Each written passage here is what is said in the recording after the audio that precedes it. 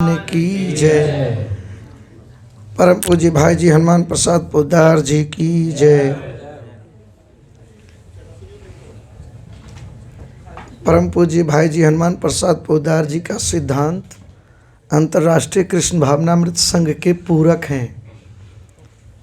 जो बातें आपको गीता वाटिका भाई जी हनुमान प्रसाद पोद्दार जी के चरणाश्रित हमारे श्री राधा माधव के रसिक संतों के मुख से मिलती है, यह अंतर्राष्ट्रीय कृष्ण भावनामृत संघ का ही सिद्धांत है।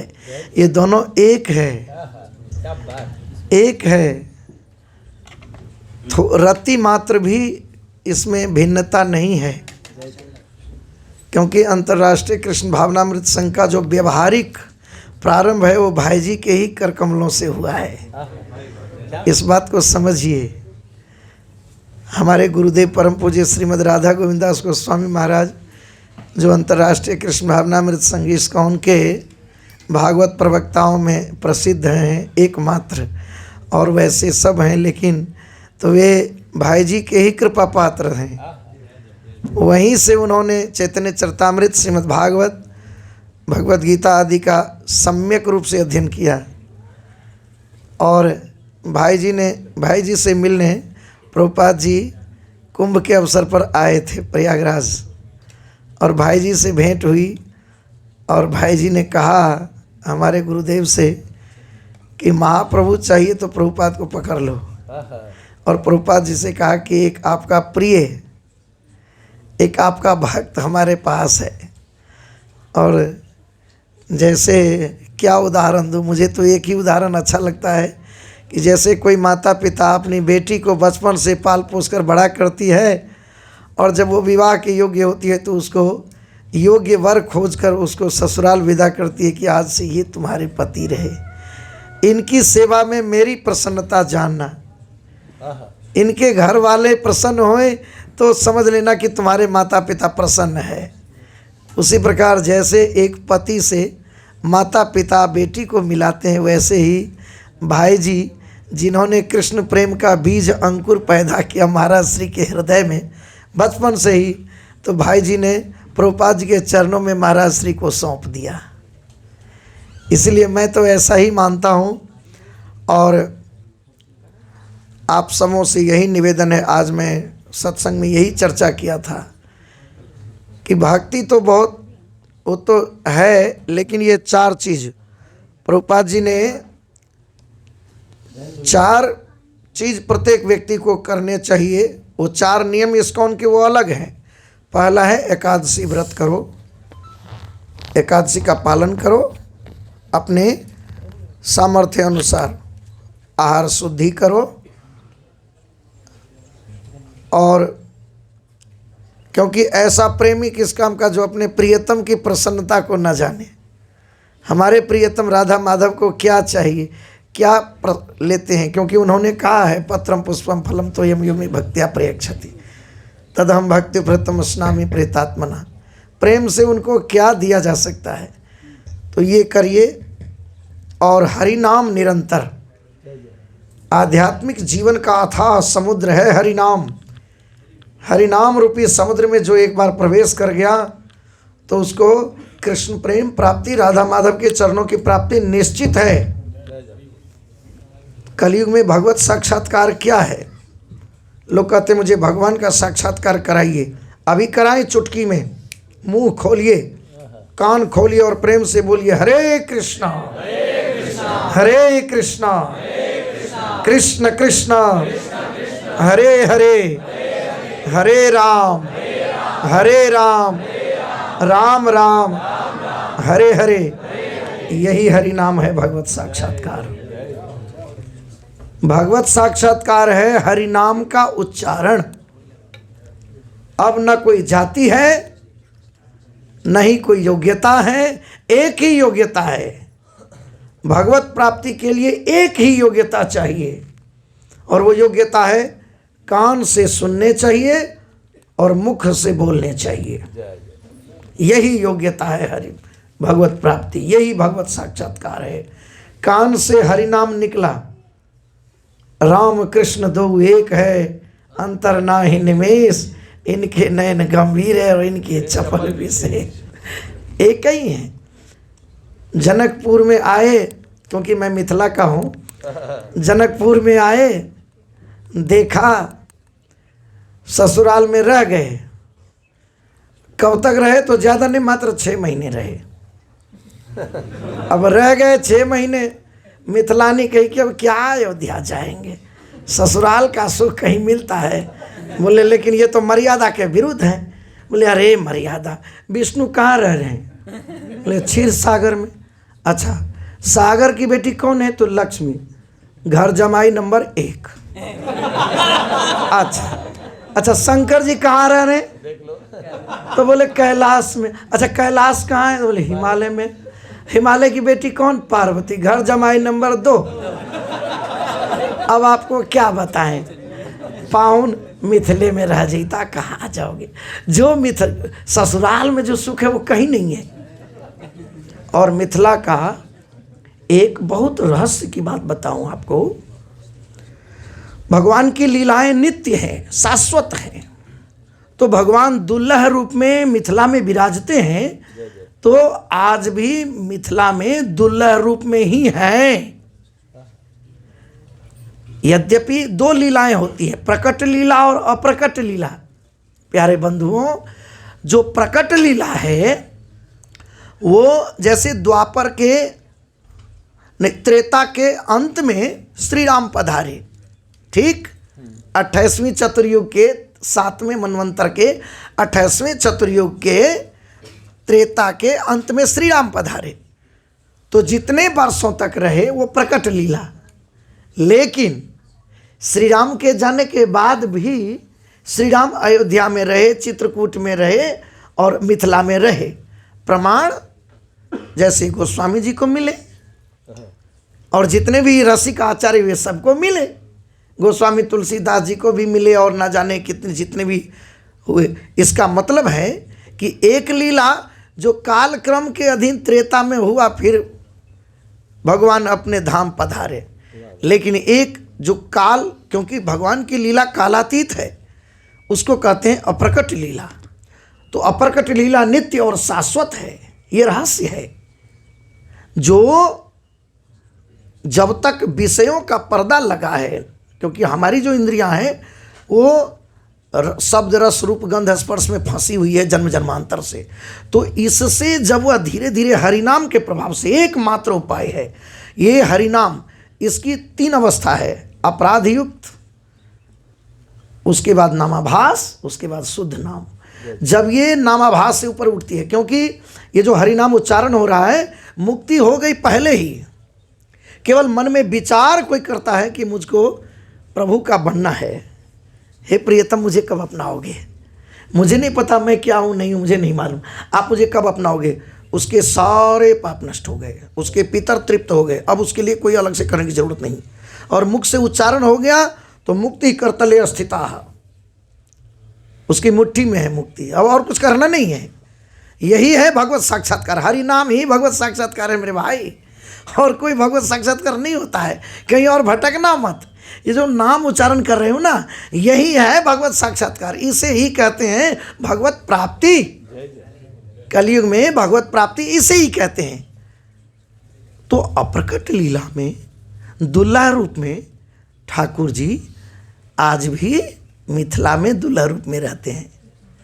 मिथिला के जो माधुर्य भाव के, प्रिया प्रियतम के भाव के जो उपासक हैं, उसके लिए उसको ये अच्छा नहीं लगता कि जब ते ब्याह राम, जब ते ब्याह राम घर आए, नित नव मंगल मोद बधाए, आए कहाँ है।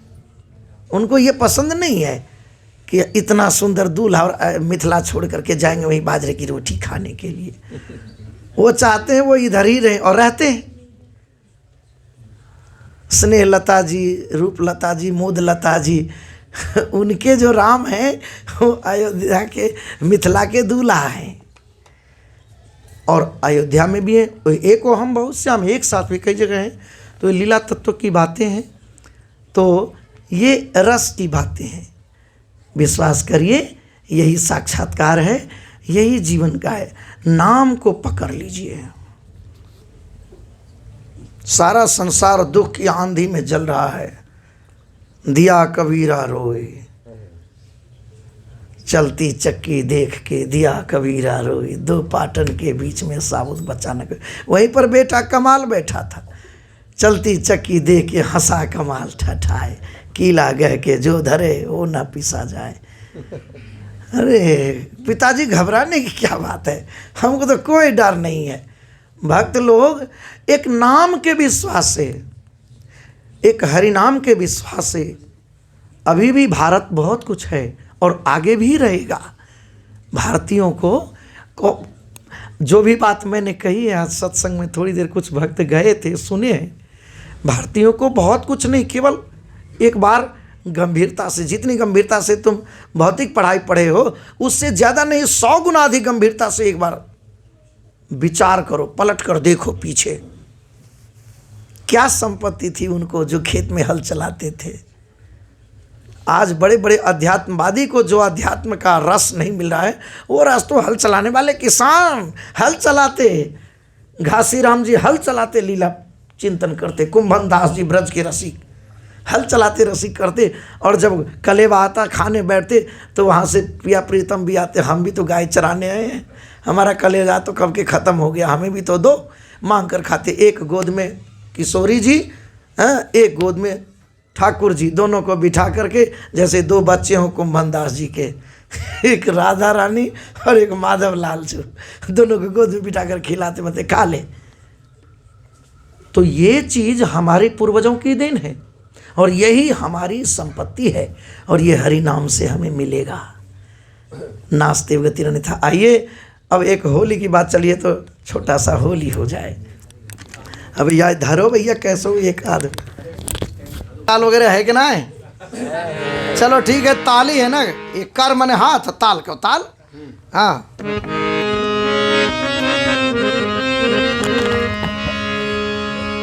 नार नवेली को श्याम सुंदर रंग लगाने की कोशिश करें। वो कह रही है लाला देखो हम अभी नार नवेली पहली बार आई हैं, ब्रज की होली हमने देखी ना है और नंदगांव की होली तो कछु खास है। तो भैया ऐसो है कि मेरे अब जो नार नवेली है उसको चिंता है कहीं हमारे ससुराल वाले न रूठ जाएं, और सास और ननद को तो एक ही काम है कि बहू के ऐब देखनो है। तो कह रहे हैं प्यारे श्याम सुंदर देखो ये भक्ति रस की बातें थोड़ी ऊंची है। भव्य ने कहा कि प्रभु जी थोड़ा संभल कर प्रवचन कीजिए। मैं कहा ये हमारे भारत के हैं और समझदार है, इतने बुद्धू नहीं है, ऐसा मत समझो, इनको हल्के में मत लो।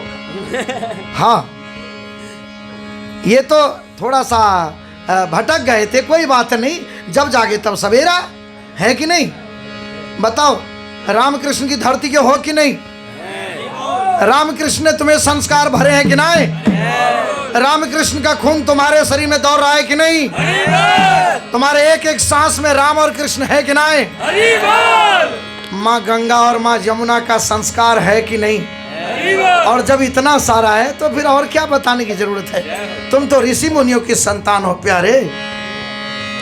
वो नार नवेली कह रही है श्याम सुंदर थे, रंग मत डारे रे सांवरिया सांवरिया होरी के खिलार, रंग मत डारे रे सांवरिया सांवरिया होरी के खिलार, रंग मत डारे रे सांवरिया सांवरिया होरी के खिलार, रंग मत डारे रे सांवरिया सांवरिया होरी के खिलार, रंग मत डार रे सांवरिया।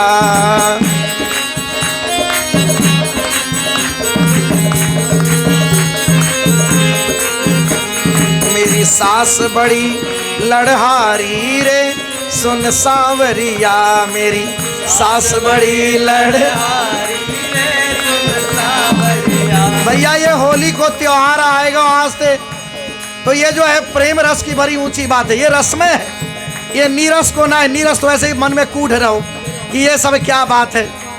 अब ये रसिक की बातें हैं, ये वैसे सूखे सूखे लोगों के लिए नहीं है, जो वास्तव में राधा रानी के, ठाकुर जी के, राधा माधव के रंग में रखे पचे छपे ऐसे खिलाड़ी सब हैं। कृष्ण लंपट हाँ, ये उसके मन की बात है। हाँ, बात पल्ले पड़े तो समझ लियो ऐसे, अन्यथा मत लियो, गुरु जी यही बता देंगे, समझा देंगे। सांवरिया होरी के खिलार रंग मत डार रे, सांवरिया सांवरिया होरी के खिलार रंग मत डार रे, सांवरिया। मेरी सास बड़ी लड़हारी रे, सुन सांवरिया, मेरी सास बड़ी लड़हारी रे, सुन सांवरिया। मेरी सास बड़ी लड़हारी रे, सुन सांवरिया, मेरी सास बड़ी लड़हारी रे, सुन सांवरिया। मेरी ननदी फड़िया फार रंग मत डार रे, सांवरिया, मेरी ननदी फड़िया फार रंग मत डार रे, सांवरिया होरी के खिलार रंग मत डार रे, सुन सांवरिया, सांवरिया होरी के खिलार रंग मत डारे रे, सांवरिया। मेरे तो बलम की रीत बुरी, सुन सांवरिया, मेरे तो बलम की रीत बुरी, सुन सांवरिया। मेरे तो बलम की रीत बुरी, सुन सांवरिया, मेरे तो बलम की रीत बुरी, सुन सांवरिया। वो तो हरदम, हाँ वो तो हरदम रखे कटार रंग मत डार रे, सांवरिया, वो तो हरदम रखे कटार रंग मत डारे रे, सांवरिया।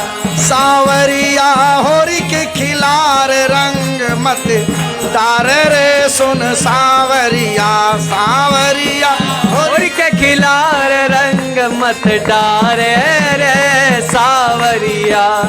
मेरे तो ससुर की ही मूछ बड़ी, सुन सांवरिया, मेरे रे ससुर की मूछ बड़ी, सुन सांवरिया। मेरे तो ससुर की मूछ बड़ी, सुन सांवरिया, मेरे ससुर की मूछ बड़ी, सुन सांवरिया।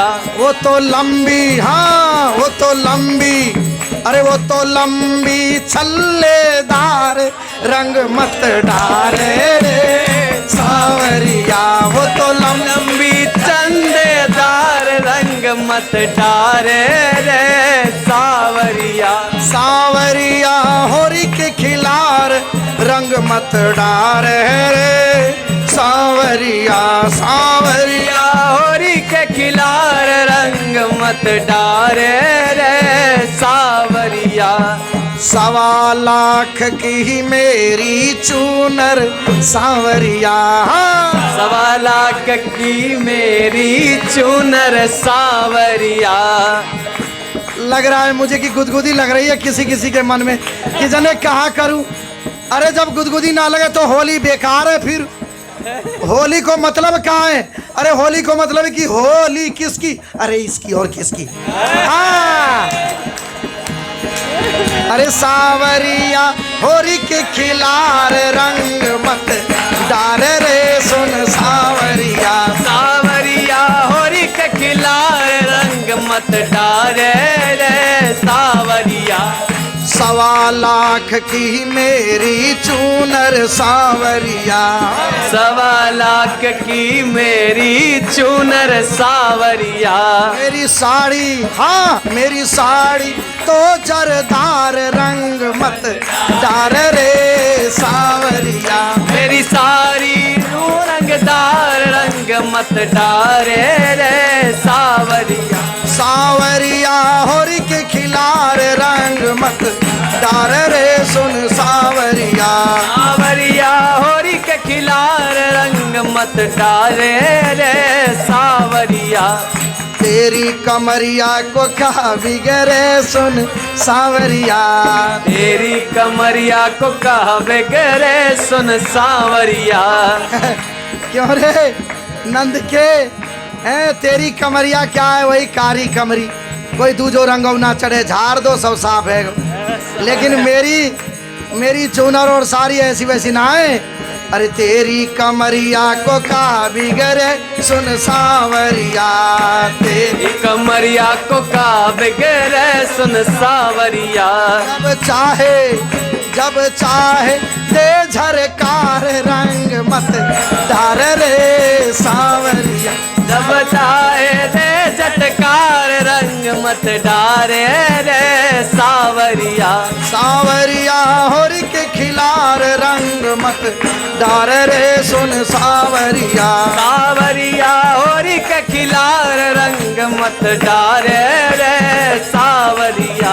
सांवरिया होर के खिलार रंग मत डार रे सांवरिया। सांवरिया होरी के खिलार रंग मत डारे रे सांवरिया। जय राधा माधव, जय राधा माधव, जय राधा माधव, जय राधा माधव, जय राधा माधव, जय राधा माधव, जय राधा माधव, जय राधा माधव। जय राधे, जय राधे, जय राधे, जय श्री राधे। जय राधे, जय राधे, जय राधे, जय श्री राधे। देखो लाला, बोलो राधा माधव लाल की जय, जय श्री राधे। आज या देवी सर्वभूतेषु विद्यारूपेण संस्थिता, नमस्तस्यै नमस्तस्यै नमस्तस्यै नमो नमः। सही विद्या क्या है मेरे प्यारे? यही विद्या है, इसे ही कहते हैं राज विद्या, राजगुह्यम पवित्रम इदम उत्तमम। यही है राज विद्या। नाम का आश्रय ग्रहण कर श्री राधा माधव जी जुगल सरकार के चरणों में अपने जीवन में कुछ कर सके, ऐसी बुद्धि प्राप्त हो, वही बुद्धि है या देवी सर्वभूतेषु बुद्धि रूपेण संस्थिता। वही बुद्धि है यत् कीर्तनम यत् स्मरणम यदीक्षणम यद वंदनम यत् श्रवणम यदर्हणम लोकस्य सद्यो विधनोति कल्मषम तस्मै सुभद्र सर्वसे नमो नमः। जिनका कीर्तन, जिनका स्मरण, जिनका दर्शन, जिनका वंदन समस्त लोकों के समस्त प्रकार के कलमश को उन्मूलन कर देने वाला है, पवित्र करने वाला है, उस मंगल स्वरूप श्री हरि के चरण कमलों में, श्री युगल सरकार राधा माधव के चरण कमलों में बारंबार प्रणाम करते हुए सुखदेव गोस्वामी भागवत कहते हैं। तो यही बुद्धि है। बुद्धि और विद्या की अधिष्ठात्री देवी माँ सरस्वती के चरण कमलों में हम सबकी प्रार्थना है कि हमारा मन श्याम सुंदर के चरणों में लगे, प्रियतम के लिए लगे। जो वाणी की अधिष्ठात्री है तो वाणी की सार्थकता यही है, यही वाणी की सार्थकता है। हाँ, हमारे वाणी को सार्थक करें, उनके नाम का उच्चारण करें, जीवन को सफल करें। बोलिए राधा माधव सरकार की जय। रात्रि ज़्यादा हो गई, ठाकुर जी को भी विश्राम करना है। श्री कृष्ण प्रेमी, कृष्ण रसिक भक्तों के बीच में कुछ क्षण बिताने का अवसर मिला। आप लोग आशीर्वाद दीजिए कि ऐसे ही श्याम सुंदर के रंग में रगे रहें, वृंदावन के रजकण की धूली बने। आप लोग आशीर्वाद कीजिए। जय